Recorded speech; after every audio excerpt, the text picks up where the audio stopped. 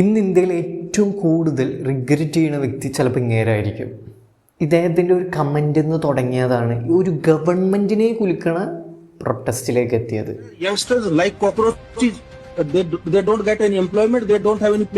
എല്ലാ നാട്ടിലും നടക്കുന്ന ഒരു സംഗതിയാണ് പ്രൊട്ടസ്റ്റ്, പ്രത്യേകിച്ച് സ്റ്റുഡൻസിൻ്റെ യൂത്തിൻ്റെയും.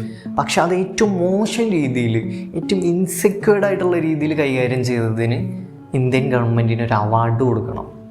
ഇതുപോലെ അഴിമതിക്കാരായിട്ടുള്ള MLA യോ MP യോ മന്ത്രിയോ അല്ലെങ്കിൽ കുറച്ച് ഇൻഫ്ലുവൻസ് ഉള്ള വല്ല റേപ്പിസ്റ്റൊക്കെ ആയിരുന്നു എന്നുണ്ടെങ്കിൽ ഈ പട്ടാളവും ഈ പോലീസും ഈ ഗവൺമെൻറ് ഇങ്ങനെ കുമ്പിട്ട് നിന്നേനെ. അവരാണല്ലോ ഗവൺമെൻറ്റിൻ്റെ മിത്രങ്ങൾ. ശത്രുക്കൾ എന്ന് പറഞ്ഞാൽ ആരാ? ചോദ്യം ചോദിക്കണവർ, സ്റ്റുഡൻസ്.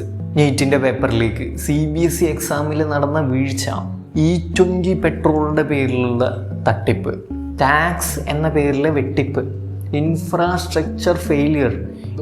ये जो आर्गुमेंट करने वाले लोग हैं ना, ये सबसे देश में एंटी नेशनल है.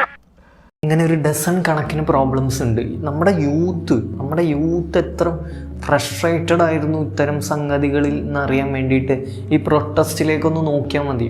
ഇവർക്ക് വേണ്ടി മാത്രമല്ല, അടുത്തൊരു ജനറേഷനും കൂടി വേണ്ടിയിട്ടുള്ള ഇൻവെസ്റ്റ്മെൻ്റാണ് ഈ ഒരു പ്രൊട്ടസ്റ്റ്.